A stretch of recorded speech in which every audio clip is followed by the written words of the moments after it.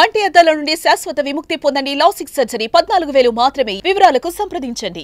ఆంధ్రప్రదేశ్ ప్రభుత్వం 2047 vision డాక్యుమెంట్ని release చేసింది. ఇందులో 10 ప్రాధాన్యత అంశాలని ఏపీ సర్కార్ డిసైడ్ చేసింది. అయితే ఏ విధంగా 2047కి ఆంధ్రప్రదేశ్లో అభివృద్ధి జరగాలి, అలానే ప్రణాళికాబద్ధమైనటువంటి గ్రోత్ రేట్ని ఏ విధంగా చూపించాలనేటువంటి అనేక అంశాలని ఈ డాక్యుమెంట్లో పొందుపరిచారు. అయితే అన్నిటికంటే హైలైట్గా కనిపిస్తుంది ఏంటంటే ఆంధ్రప్రదేశ్ని 5 జోన్లుగా విభజించి ఎక్కడ ఎలాంటి పరిశ్రమలకి ఊతం ఇవ్వాలి అనేది ఆసక్తికరమైనటువంటి విశ్లేషణగా ఇందులో కనిపిస్తుంది. ఆంధ్రప్రదేశ్లో ప్రభుత్వ ప్రాధాన్యాలు ఏ ప్రాంతంలో ఏ విధంగా ఉన్నాయి తెలుసుకునేటువంటి ప్రయత్నం ఒకసారి చేద్దాం. ఇది ఏపీ సర్కార్ రిలీజ్ చేసినటువంటి విజన్ డాక్యుమెంట్. స్వర్ణాంధ్ర 2047 పేరుతో కవర్ పేజ్ని డిజైన్ చేశారు. ఆంధ్రప్రదేశ్ ముఖ్యమంత్రి చంద్రబాబు నాయుడు, అలానే కూటమి ప్రభుత్వం ఉంది కాబట్టి ప్రధానమంత్రి నరేంద్ర మోడీ, డిప్యూటీ సీఎం పవన్ కళ్యాణ్, అంటే జనసేన అధినేత, అలానే బీజేపీ అధిష్టానానికి సంబంధించినటువంటి పెద్దగా చూస్తే నరేంద్ర మోడీ, వీళ్ళిద్దరికీ సంబంధించినటువంటి దృశ్యాలని ఇందులో పొందుపరిచారు. ఇది విజన్ డాక్యుమెంట్కి సంబంధించినటువంటి అంశం. సో ఈ విజన్ డాక్యుమెంట్లో ఏముంది? ప్రభుత్వం ప్రాధాన్యాల్ని డిసైడ్ చేసి 10 అంశాలని ముందుగా ఇందులో పొందుపరిచింది. ఈ 10 అంశాలు ఏంటనేది ఆల్రెడీ పత్రికాముఖంగా కానీ, అలానే ముఖ్యమంత్రి వివిధ సందర్భాల్లో వివరించినటువంటి అంశాలను కానీ చూస్తే మనకి ఇట్టే అర్థమవుతుంది. సో ఒకసారి ఈ 10 అంశాలను కూడా ఒకసారి చూసేటువంటి ప్రయత్నం చేద్దాం. రాష్ట్రంలో అభివృద్ధి జరగాలంటే 10 రకాల అంశాలని ప్రథమ ప్రాధాన్యాలుగా తీసుకోవాలని రాష్ట్ర ప్రభుత్వం డిసైడ్ చేసింది. అందులో ఉన్నటువంటి ముఖ్యమైనటువంటి అంశాలు జీరో పావర్టీ. ఇక్కడ జీరో పావర్టీ అంటే పావర్టీకి సంబంధించి పేదరికం అనే ఆనవాళ్ళు లేకుండా చేయాలనేది ఒకటి. ఇక ఎంప్లాయ్మెంట్ క్రియేషన్ అనేది ప్రధానమైనటువంటి, skill development, human resource development అనేది ఒక ప్రాధాన్యమైన అంశం.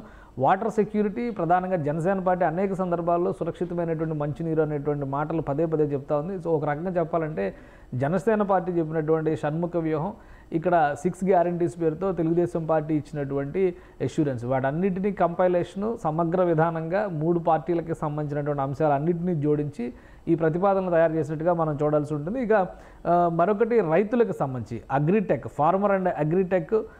ఇటు చూస్తే కనుక గ్లోబల్ బెస్ట్ లాజిస్టిక్స్, అంటే రవాణా సంబంధించి కానీ వ్యవస్థీకృతమైనటువంటి ఇన్ఫ్రాస్ట్రక్చర్ డెవలప్మెంట్లో కానీ ఆంధ్రప్రదేశ్ ప్రాధాన్యాలను కూడా ఈ 10 ప్రాధాన్యత అంశాల్లో ప్రభుత్వం పొందుపరిచింది. ఇక 7వ అంశంగా చూస్తే కాస్ట్ ఆప్టిమైజేషను, అంటే ధరల నియంత్రణతో పాటు ఎనర్జీ అండ్ ఫ్యూయల్, రవాణాకు సంబంధించి కూడా చాలా కీలకమైంది. విద్యుత్ శక్తి కానీ, ఇంధనాలు కానీ వీటికి సంబంధించిన అంశం. ఇక ప్రోడక్ట్ పర్ఫెక్షన్ అనేది ఒకటి. స్వచ్ఛాంధ్ర, ఇది ప్రధానమైనటువంటి కేంద్రం ఇచ్చినటువంటి నినాదంగా మనం చూడాల్సి ఉంటుంది, స్వచ్ఛాంధ్ర. ఇక deep tech, all forms of life, all walks of life, అంటే డీప్ టెక్ అనే అంశం గురించి పదే పదే చంద్రబాబు నాయుడు ప్రతిపాదిస్తున్నారు. సో ఈ 10 అంశాలని ప్రథమ ప్రాధాన్యాలుగా, ఈ అంశాలే టార్గెట్గా మొత్తం ఆంధ్రప్రదేశ్ విజన్ 2047ని డిసైడ్ చేసింది. 100 ఏళ్ల భారతం, 100 ఏళ్ల స్వతంత్ర భారతం ఆవిష్కరించేటువంటి సందర్భంలో ఈ అంశాలన్నీ కూడా ప్రజలకి అందుబాటులో ఉండి ప్రజలు ఆ అంశాలని, ఆ రకమైనటువంటి అభివృద్ధిని చూడడంతో పాటు సుఖమయమైనటువంటి జీవితాన్ని ఎంజాయ్ చేసేలా ఉండాలి. అందుకనే స్లోగన్స్లో కూడా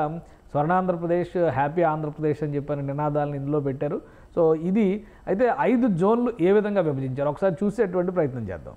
ఆంధ్రప్రదేశ్ రాష్ట్రాన్ని ప్రాంతాల వారీగా చూసినప్పుడు ఉత్తరాంధ్ర, రాయలసీమ, కోస్తాంధ్ర అనేటువంటి విభజనను మనం మామూలుగా చూస్తాము. అయితే రాష్ట్రంలో జిల్లాల విభజన జరిగిన తర్వాత స్వరూపం కొంత మారింది కాబట్టి ఇప్పుడు 5 జోన్లుగా ఏపీలో ఉన్నటువంటి కూటమి ప్రభుత్వం విభజించింది. 5 జోన్లు ఒకసారి చూస్తే కనుక ఇది డెవలప్మెంట్కి సంబంధించి 5 city agglomeration for driving growth in AP అనేది దీనికి ఒక ట్యాగ్ లైన్గా ఏపీ గవర్నమెంట్ పెట్టుకుంది. సో ఇది సాధించేటువంటి క్రమంలో 5 విభాగాలు ఏంటి ఆంధ్రప్రదేశ్లో అంటే, ఇప్పుడు పేర్ల పరంగా చూస్తే కనుక ఈ రీజియన్స్ని కూడా రీడిఫైన్ చేయాల్సినటువంటి పరిస్థితి కనిపిస్తుంది. ఎందుకంటే ఉత్తరాంధ్ర అంటే మొత్తం ఈ ప్రదేశం అంతా కూడా ఉత్తరాంధ్ర కింద డిసైడ్ చేసింది. ఇందులో ఇది కొన్ని భాగాలు ఇటు తూర్పుగోదావరి, ఉమ్మడి తూర్పుగోదావరి జిల్లాలోని భాగాలు కూడా ఇందులో కలుస్తున్నాయి. అంటే జిల్లాల వారీగా చూసినప్పుడు అల్లూరు సీతారామరాజు జిల్లా, అనకాపల్లి జిల్లా, విశాఖ జిల్లా, ఇట్లా ఈ అరకు జిల్లా, ఇవన్నీ కూడా కలిసి వస్తాయి.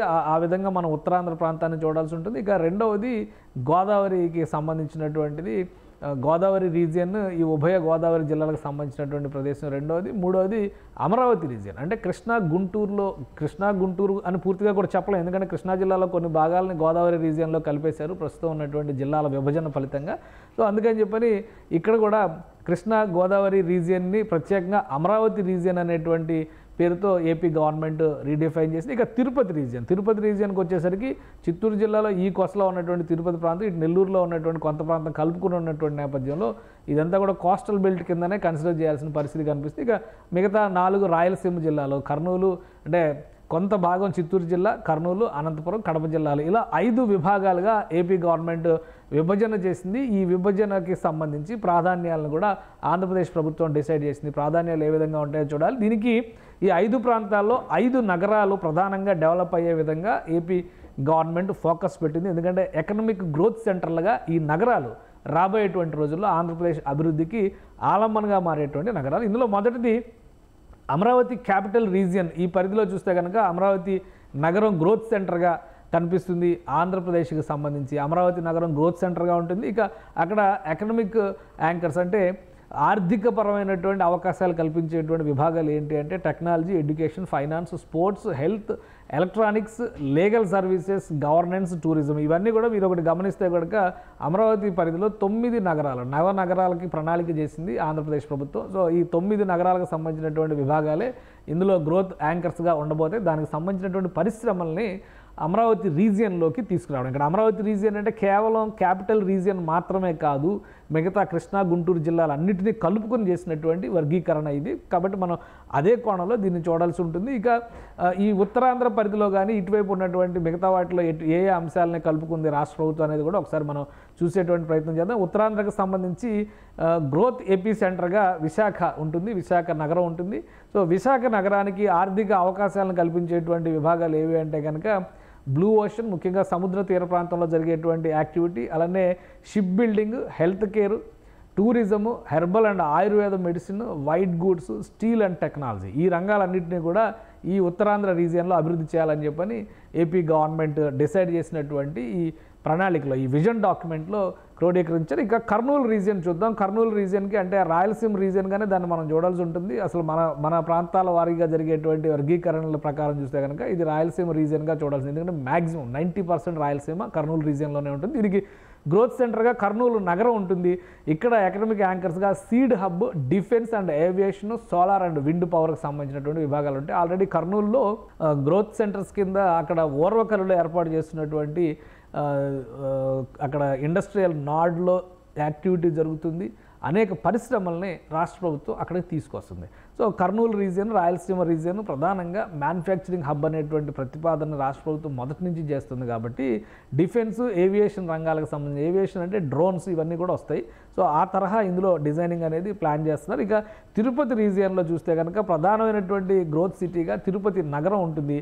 తిరుపతి నగరానికి వచ్చేటువంటి అవసరాలు అంటే అవకాశాలు, పారిశ్రామిక అవకాశాలు ఏంటి అని కూడా ఒకసారి మనం చూస్తే ఇక్కడ కల్పించబోయేటువంటి వసతులు, వనరులకి సంబంధించి ఫుడ్ ప్రాసెసింగ్, అక్కడ ప్రధానంగా ఫుడ్ ప్రాసెసింగ్ అనేది తిరుపతిలో ఒక ముఖ్యమైనటువంటి యాక్టివిటీ కింద టేకప్ చేయాలని, అలానే కెమిస్ట్రీ సెల్స్, వీటితో పాటు ఎడ్యుకేషను, అడ్వాన్స్డ్ కెమిస్ట్రీ సెల్స్ అని చెప్పని ఇది ఒకటి ప్రతిపాదిస్తుంది ప్రభుత్వం. ఇక మొబైల్ అండ్ ఎలక్ట్రానిక్స్, ఆల్రెడీ అక్కడ ఎలక్ట్రానిక్స్ రంగానికి సంబంధించినటువంటి అనేక పరిశ్రమలు, సెల్కాన్ లాంటివి, చిప్ మేకింగ్ లాంటివి, ఫైబర్ మేకింగ్ లాంటివి అక్కడ ఆల్రెడీ ప్లాన్ చేశారు. ఇక technology and tourism, logistics and real estate, ఇక్కడ శ్రీ సిటీ లాంటివి ప్రస్తుతం చిత్తూరు పరిధిలోకి వస్తున్నాయి. శ్రీ సిటీ కూడా చాలా కీలకమైనటువంటి మ్యానుఫ్యాక్చరింగ్ ప్లేస్ కాబట్టి దీని ఒక ముఖ్యమైనటువంటి అంశంగా చూడాలి.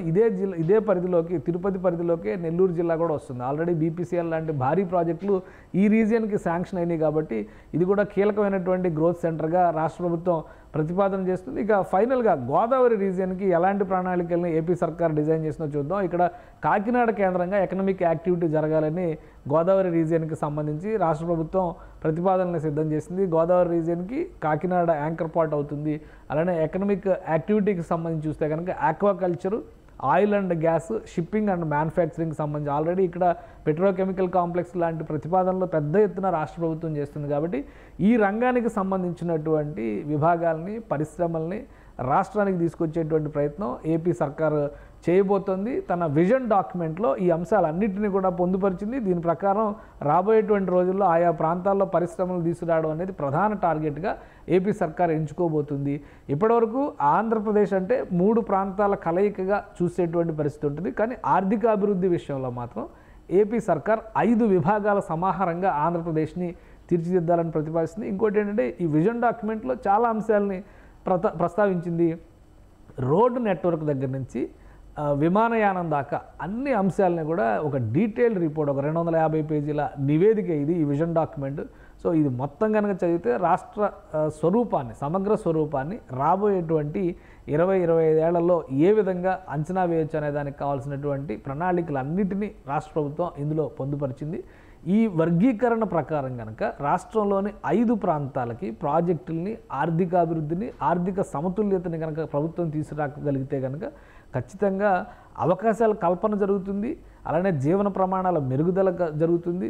ఆర్థిక అంశాలకు సంబంధించి చూసినప్పుడు ఎకనామిక్ గ్రోత్ సృష్టించడంలో కూడా, ఎందుకంటే 2047 నాటికి ఆంధ్రప్రదేశ్ని $2 ట్రిలియన్ ఎకానమీగా మార్చాలనేటువంటి ఆలోచనతో ఏపీ సర్కార్ ఈ ప్రణాళికలను రూపొందించింది. సో ఈ రీజియన్స్ వైజ్గా ఎలాంటి ప్రాజెక్టులు వస్తాయనేది రాబోయే రోజుల్లో మనం చూడబోతున్నాం. ఈ విజన్ డాక్యుమెంట్ని ఎంత ఫాస్ట్గా అమలు చేయగలిగితే ఆంధ్రప్రదేశ్లో అభివృద్ధి ప్రజలకు అంత చేరువవుతుందని కూడా ఆశించవచ్చు.